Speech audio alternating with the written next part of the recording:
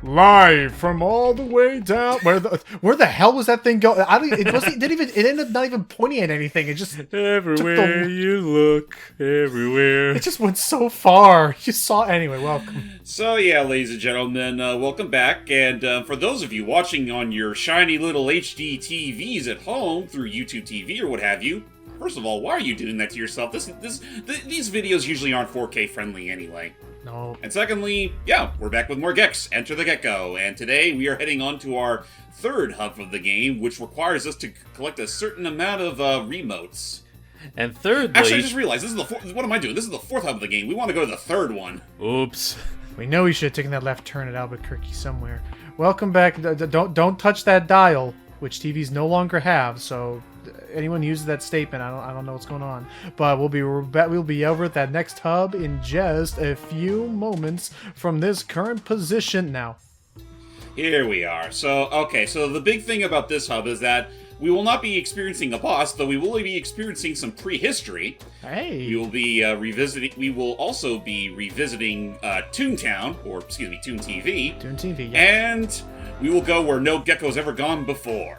Space. The Rocket Channel. The umpire strikes out.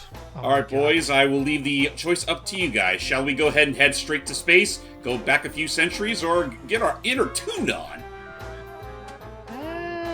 Well, yeah, go for it.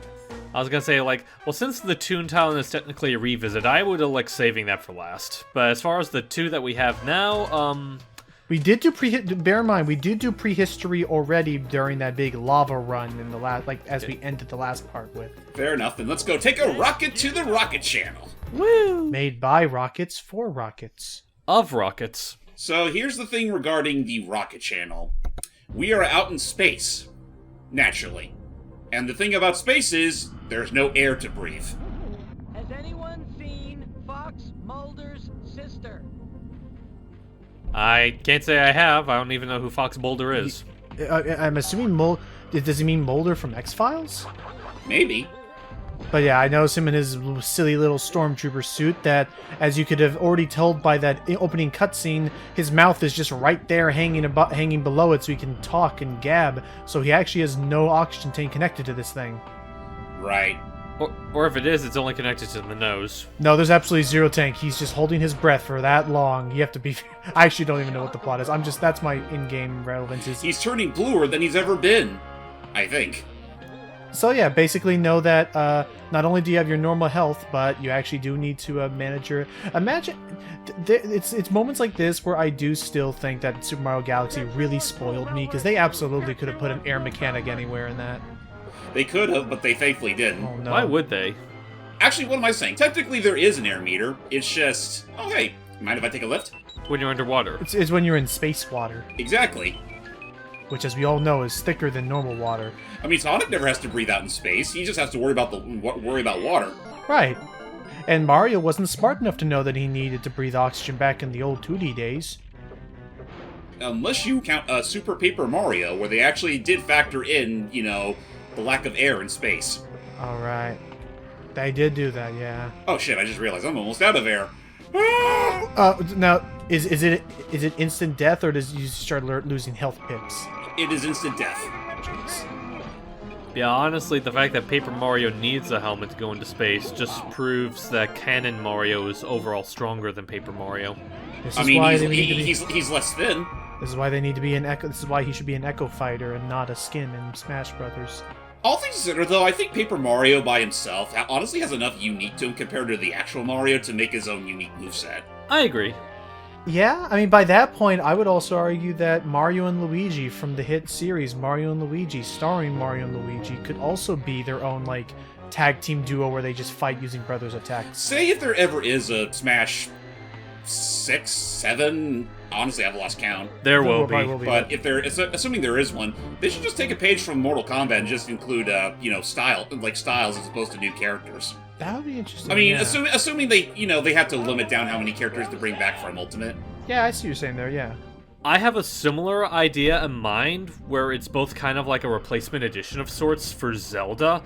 I don't know how sacrilegious a lot of people would consider this to be, but I would like for a new Smash game have Impa, but have her essentially replace Sheik. I guess. Because, like, just imagine, like, she would have, like, a very similar playstyle to Sheik, but with, like, certain tweaks here and there to better fit how Impa is usually represented as a fighter in Smash, whether it be through Skyward Sword, Hyrule Warriors, just... And plus, Impa herself is a pretty important Zelda figure as it is, so it's not like her inclusion wouldn't make sense.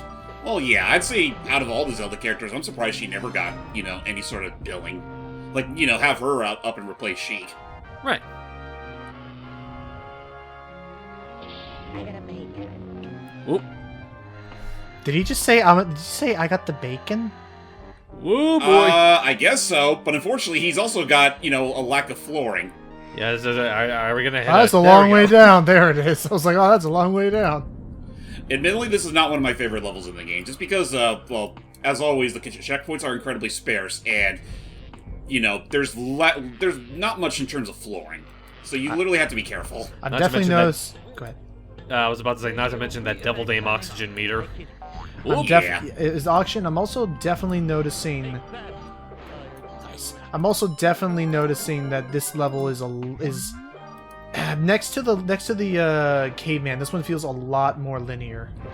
It is. It really is. And, I mean, granted, I'm kind of grateful that there's only 2 remotes in this level, because there's literally only 2 sides of the estate, like 2 ends of the level to cross. Like, we're pretty much going through what I would consider the back passage, whereas the other way pretty much leads to the second mission. Well, at the very least, then thank goodness that they don't have you retreading this. Like, it's literally just a fork in the road, and you just pick it to stop. Now that is just uncanny. We'll be right back. That is just one thing I've been hearing about in general that people would like to see out Hold of on, wait until we're all the way. There you go. There you go. It was a very steep ledge, but continue. But honestly, that is one thing that I've heard a lot of people talk about when it comes to what they want out of a new Smash game is probably more so the new characters, just retooling the old ones. Yeah. Oh, yeah, by the way, true to its name, we get to take a rocket! Let's go! Oh, there's the switch in. Oh, hold on for dear life. Cue the fake John Williams music! This music is really nice, actually. Uh-oh! Oh boy. It's honestly not too bad, but it's, clearly true to its Source. Reference. source, yeah. Yeah. What exactly oh is boy. referencing? You know, it's a good thing that the oxygen meter pauses itself during that little cinematic. What? I hold my breath. By the way, careful the not R2-D2 trash cans wandering around. They actually have some serious aerodynamics. I would say it's also really tanky too, and we still haven't found a checkpoint. Again, if I were to give this game any flack, it would be that it has very, very few checkpoints. Actually, Yeah. I want to say with this mission, there is no checkpoints. So the fact that if you die right now, you have to watch the whole damn rocket ride again, Yep. that seems a little steep. Like I said, the space levels in this game, all 2 of them, thankfully, are probably some of the more dangerous. And as you're seeing there, that enemy cannot be killed, but he does leave air bubbles if you hit him. Actually, it can be killed with 3 thwacks, but be careful because it can literally suck the air out of you too. Oh, geez, that's what he was doing. Oh, so they're like vampire bats. Yeah, for vampire alien jellyfish. Yep. Kind of like, actually, they're pretty much Metroids. Huh? You know what? It's tail time. There we go. There's your You know secret what? remote. Fair Honestly, enough. the only real silver lining is that with how many times you're likely going to perish in this level, it also means it's probably the easiest place to get a bonus remote.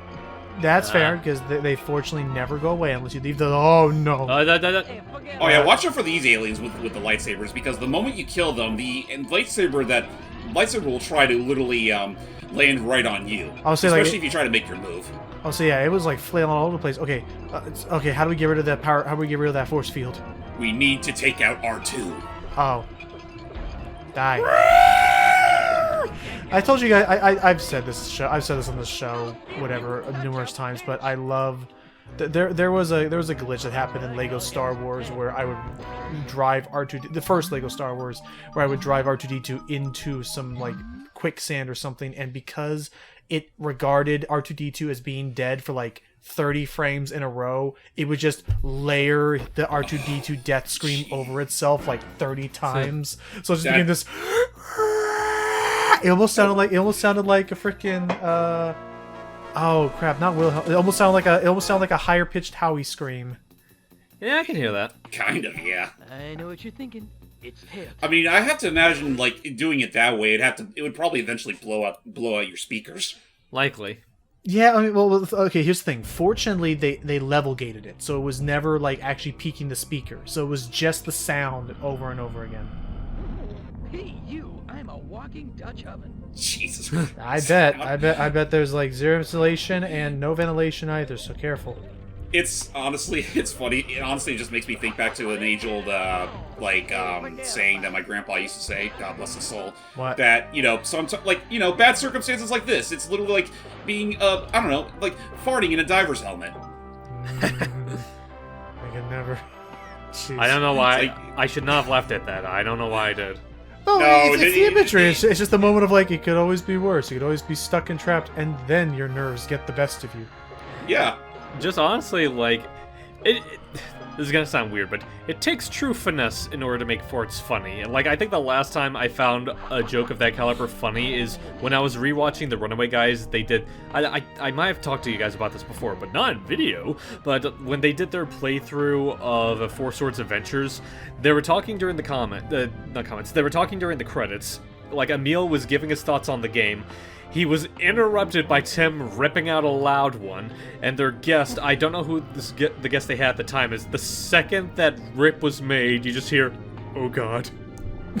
There's that, and there are two sounds that I remember being funny. One of them was from Oni Plays when they were playing Kingdom Hearts, and I'll just have to play the clip for you so that you can hear the timing. It was it was a real fart, but it was the timing of it that made it funny. Because that's the thing. Like, so okay, here's the thing. I will give fart jokes some prevalence. I don't always find them funny, but timing can be everything with them. But because I guess I'll spoil that bit for you guys right now. If there's one thing that I would put against Centaur World, because I did see that and I did very much enjoy, like, the songs, the writing, that's close. Hey, by the way, there's a checkpoint. Jesus. Well, what do you know? For the writing, the music, it's all very nice. But if I were to dock that show any points, it's that not once, not twice, but 3 to 4 times, one very elongated one for possibly an uncomfortable amount of time in the finale, which the finale is very good, except for this one bit. They sometimes rely on just farts are funny just by someone farting.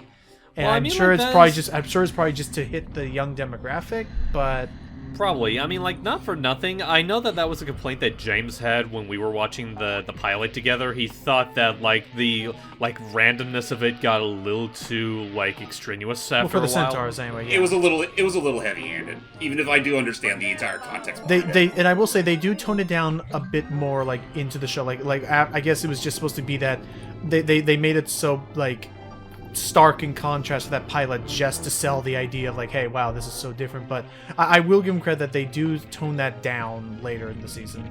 Thank God. But again, at the season finale, there's just Oops! No. Oh, we got a checkpoint at least. In your face, Death. We've got a checkpoint, motherfucker. You know, the more I look at that backdrop, it kind of makes me think of a more warped and elongated. The princess is here on the detention level. Ooh. Oh, gosh. Huh. But Like, what was I gonna say? I Like guess- that whole stream of purple down there. I assume that's some sort of galaxy or what have you. Yeah, like but space clouds. It makes me think of a more like a stretched out and elongated, bold and brash. Oh, I saw that as a fabulous Gygus. I'm disappointed in the both of you. I thought at least one of you would have looked at it and said it was Aurora Borealis. No, the Aurora Borealis needs more greens. That's all purple. Whoa. But Yes. but yeah, no, sorry. So the other time I found farts funny, out of nowhere, also based on the timing, it wasn't the best part of this was it wasn't even scripted. Like, it wasn't even like a bit. It was someone's doorbell camera as they were receiving, I think, a DoorDash or something of like some soup because they were sick, and I'm just that's all I'll say, and I'll just show you the clip after this session of what happened with that DoorDash, And what he said, that was very... why are you speedrunning this, James? Why are you speedrunning this? Get over there. Good God, man. That was definitely not when you were supposed to go on those platforms. Whoa. Oh, absolutely not. But I did. That's also why I appreciate. Well, first off, R2D2 packing some serious heat over freaking there, going claptrap on you there. and also how versatile Gex's tail bounce can be. Right, I will give him that. I did it. I was gonna say, yeah, you definitely. I'm glad that the platform wasn't very slippery there. Thank God. But yeah, that is pretty much it for our first space level. Nice. Unfortunately, it's not our last. Well, alrighty then. With that said, yeah, you know, let's do prehistoric times. Since All right, we get to see a proper one let's learn a little more about our prehistory. from Pangea. From Pangea 90210. Yay, Pangea 90210. Anyway, so now This one is very. We're pretty much on the mountain. That's pretty, or volcano rather. Okay, so just So as soon as we cut down this pesky rainforest, there'll be room for a new strip mall. what? Well, regardless, it's just gonna be Spiral Mountain. Let's climb this sucker. It pretty much is. It's a prehistoric spiral mountain before, which is, you know what, actually funny considering Enter the Gecko did predate Banjo-Kazooie by a few months. Just a little bit. Oh, look, cave guys and cave gals. His and her towels. I will say, on note of that comparison, first off, you know what, I'm gonna resist the obvious joke with those bathroom doors, and second off, I was about to say a prehistoric Spiral Mountain. Now I want there to be a prehistoric remix of the Spiral Mountain theme. The closest I can think of is Mayahem Temple, like in terms of cave store. Wait No, a actually, minute. I just realized something. Oh, wow. I just learned something today. Apparently, that? when you have a fly hovering around you, it actually does count as addition, like an extra. It counts as a shield. Oh. Huh. So in that case, I guess in that case, what it reminds me of is in the first Jak and Daxter when you could technically store 50 green eco points to like be a fourth hit of sorts, in the sense of you would lose damage and then immediately get it back. Yeah. But I will say, that as far as the collectibles are concerned, I think we're pretty solid set on lives. Oh yeah, no, we're not getting a game over anytime soon. Assuming that at least the final boss isn't as BS as the one in the first game was. It's about as bad, if not worse. Oh no. Honestly, if it weren't for the fact that, you know, I was able to beat it on my recent run, I probably wouldn't have even considered this if that were the case. Damn. That's pretty harsh, actually. But that being said, I will make the effort and hope for the best. Otherwise, you will be hopefully won't have to see me abuse save states. I mean, I'm Hopefully. gonna do my Anyway, best. I'll with be the right third one. back, guys. I gotta help my folks unload some stuff. Okay. No worries. I'll hopefully do my best for the third game. Ow. Oh, nuts. Actually, we should be able to just jump. Yeah, there you go. Die. Yeah. Sweet, like candy. But I mean, if it's not, oh, Ooh. jeez. But I mean, Actually, what am I doing here? we just want to climb the mountain this time, right? Yeah, climb up the map. I could climb up that way, but that's more convenient if you want to go for the second mission. Here am I engulfed in flame. Run! Hail time. Ah, but he never. Oh, can we survive in lava now with this? Hey! As a matter of fact, we can. And actually, what apt timing, because the end of our first mission is literally right here. Well then, let's just gun it. Yeah, shush. Just get in the damn TV. You'll get your stomach medicine when we're done with this damn commentary. There's too much fire. How can you stand this firefly heartburn? Yeah, I don't know how to retort to that either. Let's just okay. get back in the damn TV. No, it's okay. It's okay. Now we pretty much went through the halfway point. Now we're gonna climb the whole damn thing straight from the start to the finish. Okay, so then we have the left end. Okay. No worries. So we'll just have to make a left when we get back to that point. And what do you guys say now, Gex? In a land before time, when Saturday Night Live was funny. I mean, you're not wrong. It really is sad how well that quip is aged. That may be the best aged comment that Gex has ever made. You could show that to someone in 2021 and they'd still think, wow, this game was so very topical. Actually, speaking of which, recently I decided, just for the fun of it, I decided to look up all the quotes that Enter the Gecko has. And honestly, there's a lot you're likely going to miss if you just play this game straight, because a lot of them are context sensitive. And I'd imagine because like they're themed to the level you're honestly, some of the quips you can hear from him actually age so much better than some of the ones you'll hear from a standard playthrough. in. Oh. I can't speak them all out on the top of my head. Oh, actually, I can. There is one I definitely remember that still lives rent free in my head. It's like, if this weren't a video game, I'd be on my way to prison. You know what? I'm not gonna lie. Maybe those are the ones they'll more heavily use if they ever did make a remake of this. But like, I kind of wish, I almost kind of wish that's the tone they went, as opposed to all like you can still have them be sarcastic and making remarks about how they're TV, but without all of the name dropping that would inevitably date the video to people who are familiar with those names. I mean, there's still some that'll definitely, last the test of time. It's just that there's some that are so goddamn specific and, not terribly relevant now. Like, I don't know, a joke about George Jetson.